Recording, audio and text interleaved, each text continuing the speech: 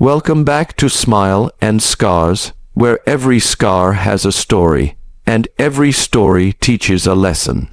It was a late Friday night in downtown Los Angeles, the kind of night when the city's pulse beats loud and fast. The neon lights from the bars flickered against the rain, damp streets, laughter echoing between the walls of narrow alleys. Inside one of those bars, the Iron Stallion, a rough biker hangout, the air was thick with the smell of beer, leather, and cigarette smoke. At the far corner of the bar sat Steven Seagal, Steven Seagal's wife, calm, elegant, and very much out of place in a room full of loud, tattooed bikers. She wasn't there for the thrill. She was there to meet her friend, a nurse she hadn't seen in years. The two women had been catching up, laughing over old memories, but at another table, a group of men wearing black leather jackets with the Hells Angels insignia noticed her. They were loud, arrogant, and already drunk. The leader of the group, a huge man with a thick beard named Rex, leaned back in his chair, staring at Catherine. "Look at this classy lady," Rex sneered, elbowing one of his friends. "What's she doing in a place like this? Maybe she needs some real company." Catherine heard him but ignored it. She had dealt with men like that before. Men who confused confidence with arrogance. But Rex didn't like being ignored. He stood up, towering over the table, and walked closer. "Hey, sweetheart," he said, his voice dripping with mock charm. "What's a lady like you doing in a place like this?" Catherine smiled politely. "Just having a drink with a friend. Please leave us alone." Her calmness only fueled his ego. The bar went quiet. Everyone could feel the tension building. "You think you're too good to talk to me," Rex said, taking another step forward. The bartender knew who Catherine was. He'd seen her come in a few times before with Steven Seagal himself. He tried to interfere. "Hey, Rex, don't cause trouble. She's not someone you want to mess with." Rex grinned. "Everyone's someone I can mess with." He reached out and grabbed Catherine's arm. That was his mistake. Catherine jerked away immediately, her eyes sharp, her voice cold. "Let go of me, now." The entire bar froze. Rex smirked and whispered something under his breath, and before anyone could react, he ripped at her t-shirt sleeve, laughing as the fabric tore. The sound of fabric ripping echoed like thunder in the small room. Catherine gasped, stepping back. Her friend shouted, "What's wrong with you?" The bartender rushed around the counter, but Rex's gang stood up too, blocking his way. For a few seconds, everything was chaos. People shouting, glasses falling, music stopping, but then silence. Because at that very moment, the door opened, and in walked Steven Seagal. He was wearing his trademark black jacket, sunglasses still on despite the dim light. His presence alone was enough to change the air in the room. Conversations died instantly. The men who had been laughing seconds ago suddenly looked uneasy. Steven's eyes scanned the room until they landed on his wife, standing shaken, her shirt torn, tears brimming in her eyes. He looked down at her arm where Rex had grabbed her. Then his gaze shifted to the biker standing frozen near her. Steven didn't say a word. He just stepped forward slowly. Each step echoed on the wooden floor. Rex tried to regain his confidence. "Hey man, this is between me and the lady. You better stay out of it." Steven tilted his head slightly, a faint smile forming on his face, but it wasn't a friendly one. "Between you and the lady," he said in his calm, deep voice, "that's my wife." The color drained from Rex's face. "Your wife?" Steven nodded once. "You just made a very big mistake." Before Rex could respond, Steven moved faster than anyone in the room expected. He grabbed Rex's wrist, twisted it behind his back, and slammed him face first onto the bar counter. The sound of cracking wood echoed across the room. The other bikers jumped up, but Steven didn't even look at them. With a flick of his wrist, Rex was on the ground, groaning in pain. "Apologize to her," Steven said quietly. Rex struggled to breathe. I didn't mean." Steven pressed his boot down on Rex's shoulder. "Apologize properly." "I'm sorry," Rex shouted, gasping. Catherine, still shaken, nodded slightly, her husband's calm but terrifying presence giving her reassurance. But one of Rex's friends, a bald man named Tucker, decided to make a move. He lunged at Steven with a bottle, yelling, "You don't touch my brother!" Steven turned in one fluid motion. His hand shot out, catching Tucker's wrist mid-swing. The bottle shattered harmlessly to the side as Steven flipped Tucker over his shoulder, sending him crashing through a nearby table. The entire bar erupted, people scrambling out of the way, some pulling out their phones to record. Steven stood tall, looking around at the rest of the gang.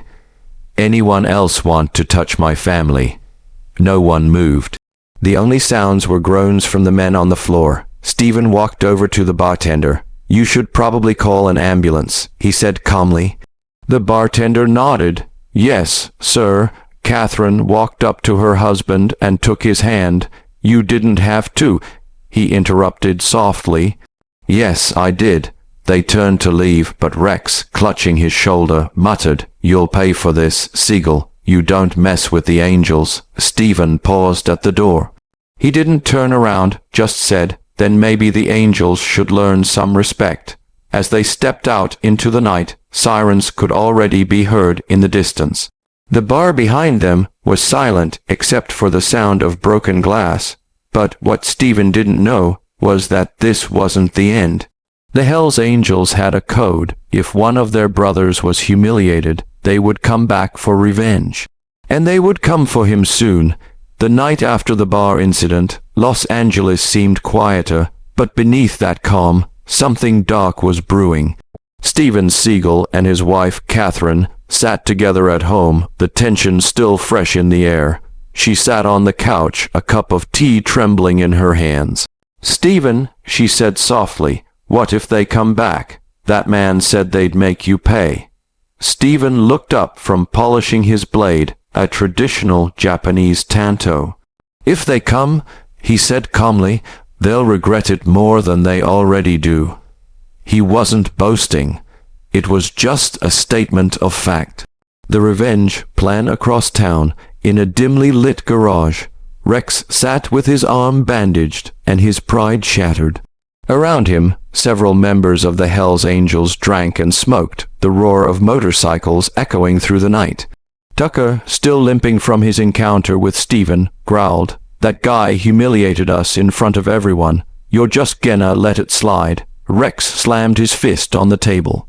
"Slide? No way. We're going to remind him who runs these streets." Another biker, Viper, grinned darkly. "You talking about Seagal? That guy's a legend, man. Maybe we should just let it go."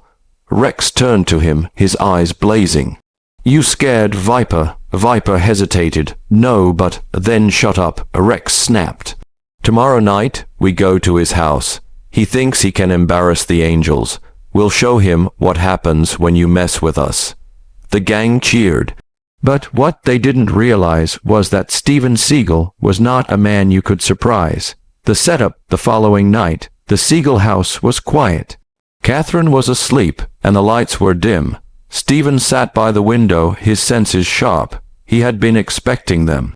He saw the glint of motorcycle headlights approaching down the long driveway. 6 bikes, roaring through the silence, their engines growling like thunder. Steven stood up, calm as ever. He slipped on his black coat, tied back his hair, and opened the front door before they even stopped. The gang dismounted, spreading out. Rex stood at the front, holding a baseball bat. "Well, well," Rex said, grinning, "look who's awake. You should have stayed out of our business, Seagal." Steven stepped forward onto the porch, his voice low but cutting through the air. "You made it my business the second you laid a hand on my wife." Tucker sneered. "This ain't a movie, old man. You can't fight all of us." Steven smiled slightly. "You'd be surprised. The fight begins." Rex swung first. The baseball bat whooshed through the air, but Steven caught it with one hand, twisting it out of Rex's grip and snapping it clean in half. Before Rex could even react, Steven slammed his elbow into the man's ribs, sending him crashing to the ground, wheezing in pain. Two more bikers charged from behind. Steven sidestepped one and used his momentum to flip him over the railing. The second threw a punch, but Steven caught his wrist, twisting it until a sharp crack echoed through the night. The man screamed and dropped to his knees. Viper pulled out a chain, swinging it wildly. "You think you're tough, huh?"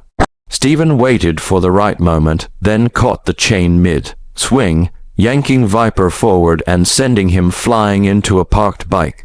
Within seconds, half the gang was down. Tucker backed away, fear in his eyes. This guy's not human. Steven turned slowly, his expression calm but deadly serious. "I'm just disciplined, something you should have learned before you picked this fight." He took one step toward Tucker, but before he could move again, Rex, still on the ground, pulled a knife from his boot. He lunged. Steven sidestepped effortlessly, grabbed Rex's arm, and flipped him onto his back. The knife clattered to the ground. Steven picked it up and tossed it onto the porch. "This could have ended differently," he said. Rex spat blood and glared up at him. "You think this is over?" Steven crouched down, his voice calm and cold. "It's over when you learn respect." Then, with one swift motion, he knocked Rex out cold with a precise strike to the neck. The arrival of the police moments later, flashing red and blue lights, illuminated the driveway. Catherine had called the police as soon as she heard the commotion. Two officers approached cautiously. "Mr. Seagal, are you all right?" Steven nodded. "I'm fine. These men trespassed and attacked me." The officer looked around at the groaning bikers sprawled across the ground. "You sure you don't need medical attention, sir?" Steven gave a faint smile. They might. The officers couldn't help but smirk as they began handcuffing the gang members. One of them whispered to his partner, "I can't believe they tried to jump him." As the bikers were led away, Rex shouted over his shoulder, "You'll regret this, Seagal." Steven watched calmly. "You've said that twice now," he replied, "and both times you were wrong." The aftermath: the next morning, the story hit the local news. Hell's Angels bikers arrested after midnight assault on martial arts legend Steven Seagal. Reporters flooded the area, but Steven kept quiet. He didn't seek fame from violence, he just wanted peace.